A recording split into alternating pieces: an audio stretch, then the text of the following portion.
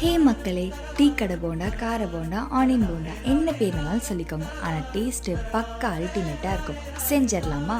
Mixing பவுலில் மெலிசாக cut பண்ணி வச்சுருக்க ஆனியன், குட்டி குட்டியாக கட் பண்ண இஞ்சி, 3 பச்சை மிளகாய், கொஞ்சம் மல்லி இலை, அப்புறம் கருவேப்பிலையை சேர்த்துக்கோங்க. 1/2 ஸ்பூன் சோம்பு, 1 டேபிள் ஸ்பூன் மிளகாத்தூள், தேவையான அளவு உப்பு சேர்த்து நல்லா மிக்ஸ் பண்ணிக்கோங்க. நெக்ஸ்ட்டு 1 கப் கடலை மாவு, 1/2 கப் அரிசி மாவு சேர்த்து நல்லா மிக்ஸ் பண்ணிக்கோங்க. தண்ணி ஊற்றாமல் ஃபஸ்ட்டு நல்லா டைட்டாக மிக்ஸ் பண்ணிக்கோங்க. நெக்ஸ்ட்டு தேவைப்பட்டால் கொஞ்சமாக தண்ணி ஊற்றி மிக்ஸ் பண்ணிக்கோங்க. நல்லா மிக்ஸ் பண்ணதுக்கப்புறம் எல்லாத்தையும் மீடியம் சைஸில் ரவுண்ட் ஷேப்பில் பிடிச்சி வச்சுக்கோங்க. நெக்ஸ்ட்டு கடாயில் எண்ணெய் ஊற்றி எண்ணெய் நல்லா காஞ்சதும் நம்ம ரெடி பண்ணி வச்சுருக்க போண்டா பால்ஸை அதில் போட்டு நல்லா வேக விடுங்க. கொஞ்ச நேரத்துக்கு அப்படியே லோ ஃப்ளேம்லேயே நல்லா வேகட்டும். நல்லா வெந்து வந்த பிறகு ஃப்ளேமை லைட்டாக இன்க்ரீஸ் பண்ணி நல்லா பொரிய விடுங்க. கலர் சேஞ்ச் ஆகி டார்க் கலருக்கு வந்ததும் நம்ம எடுத்துடலாம். அவ்வளோதாங்க, செஞ்சாச்சு.